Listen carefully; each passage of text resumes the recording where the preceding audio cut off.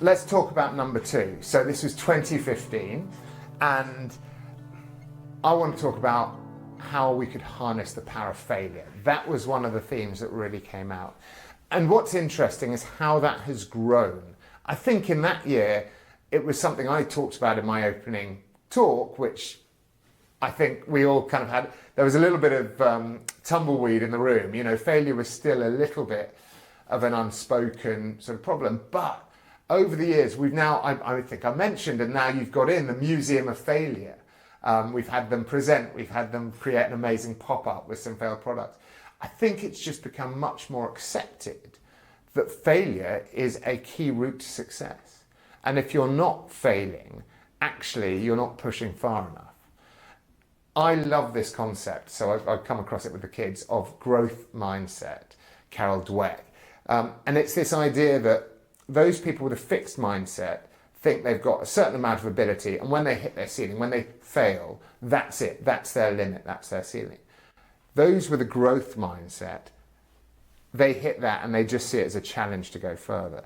So how can corporates, which frankly is probably the biggest challenge here, how can corporates see failure as a badge of honor, right? How can they learn from it? Because if you hide it under the carpet, if every failure is a disaster, then you never learn from it. And of course, there's so much richer. So many businesses have spun out of a failure in the first instance. And later on, of course, you brought in during COVID General Magic.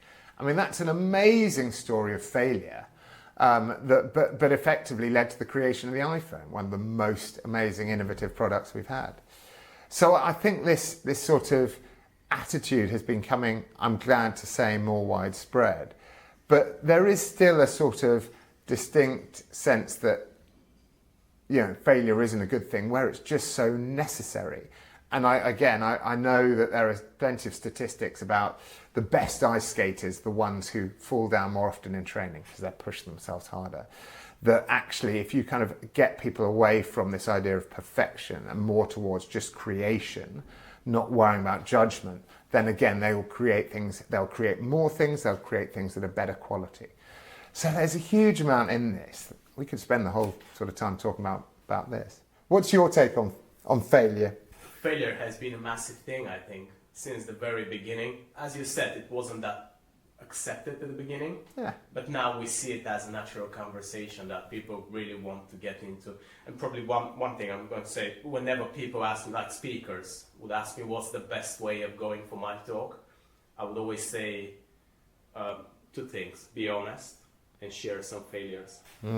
Yeah. I mean, that would set the stage right for the whole conversation that's happening during your talk and after that, and people would kind of relate to it. So that's always my advice. Just be open about yourself and your environment in the corporate world you're operating in, and just share some failures along with the success stories. Be fair about it.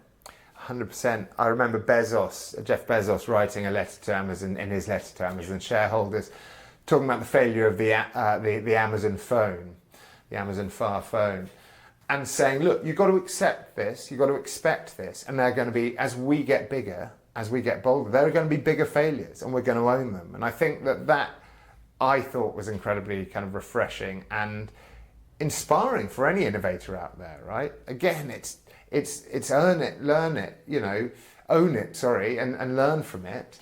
And what can you then take? Because in the ashes of every failure, there's the seeds of success, without wishing to sound too much like a sort of poster in the gym. But it's true that it's all there. It's the Edison, it's the Dyson, it's the Tesla. You have to sort of find different ways to figure out that it doesn't work before you find the way that it does. So yeah, I think we've done our bit, Max, to spread the gospel of failure.